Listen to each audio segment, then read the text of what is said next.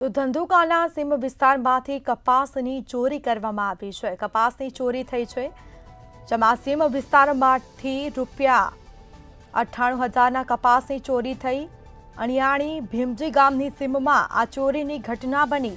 સમગ્ર મામલે તપાસ થશે। જગદીશસિંહ ચુડાસમાના ખેતરમાંથી અજાણ્યા તસ્કરોએ ચોરી કરી હોવાનું સામે આવ્યું છે। અંદાજે 70 મણ કપાસની ચોરી થયાની ફરિયાદ પણ દાખલ થઈ છે। તો થોડા સમય પહેલા પણ કપાસ ચોરીની ઘટના બની હતી। ફરીથી તે ઘટનાનું પુનરાવર્તન, જેમાં ધંધુકા સીમ વિસ્તારમાંથી કપાસની ચોરી થઈ છે। 98,000 રૂપિયા કપાસની ચોરી કરવામાં આવી છે।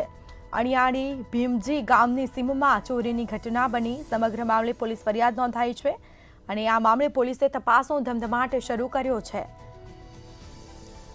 તો જગદીશસિંહ ચુડાસમાના ખેતરમાંથી અજાણ્યા તસ્કરોએ ચોરી કરી હતી, જેમાં અંદાજે 70 મણ કપાસની ચોરી થયાની ફરિયાદ છે તે દાખલ થઈ છે। થોડા સમય પહેલા પણ આવી ઘટના બની હતી, કપાસની ચોરી થઈ હતી।